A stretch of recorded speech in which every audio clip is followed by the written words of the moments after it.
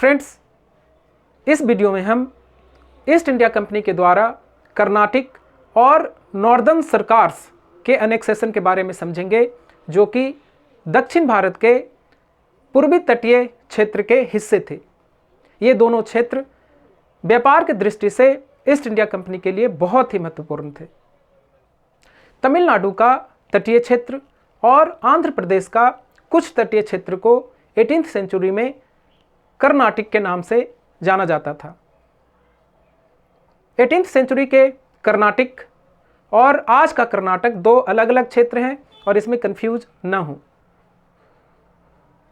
अंग्रेजों और फ्रांसीसियों के बीच कर्नाटक क्षेत्र में अपना प्रभाव बढ़ाने के लिए कई युद्ध हुए। तीसरे कर्नाटक युद्ध के बाद अंग्रेजों को सफलता मिली और अंग्रेजों ने मोहम्मद अली को कर्नाटक क्षेत्र का नवाब बनाया। कर्नाटक के नवाब मराठों और निजाम से खुद को सुरक्षित रखने के लिए ईस्ट इंडिया कंपनी पर निर्भर थे। धीरे धीरे निर्भरता बढ़ती चली गई। कर्नाटक के नवाबों ने ईस्ट इंडिया कंपनी से बहुत ज़्यादा ऋण भी ले लिया, जिसको चुकाने में वो असमर्थ थे। धीरे धीरे कर्नाटक डेट ट्रैप में फंसता चला गया। 1801 ईस्वी में कर्नाटक के संधि के द्वारा सिविल और मिलिट्री दोनों एडमिनिस्ट्रेशन ईस्ट इंडिया कंपनी को ट्रांसफ़र कर दी गई और नवाब के लिए एक पेंशन फिक्स कर दिया गया। 1855 ईस्वी में नवाब का कोई उत्तराधिकारी नहीं था। नवाब के पोस्ट को ख़त्म कर दिया गया और कर्नाटक को पूरी तरीके से ब्रिटिश साम्राज्य में मिला लिया गया।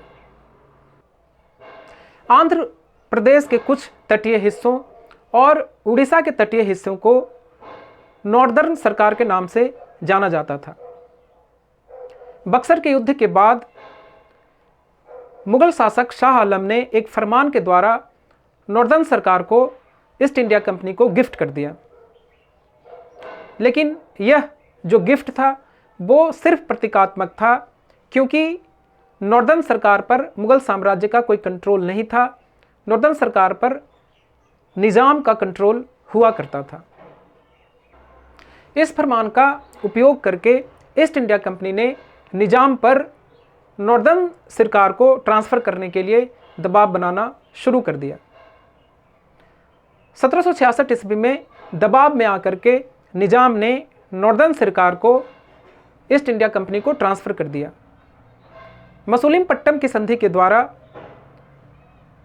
मुगल फरमान को मान्यता दी गई और कंपनी के राइट्स को रिकॉग्नाइज कर लिया गया। इस तरीके से ईस्ट इंडिया कंपनी ने कर्नाटक और नॉर्दर्न सरकार दोनों क्षेत्रों को बिना कोई युद्ध किए कूटनीति और षड्यंत्र से ब्रिटिश साम्राज्य में मिला लिया।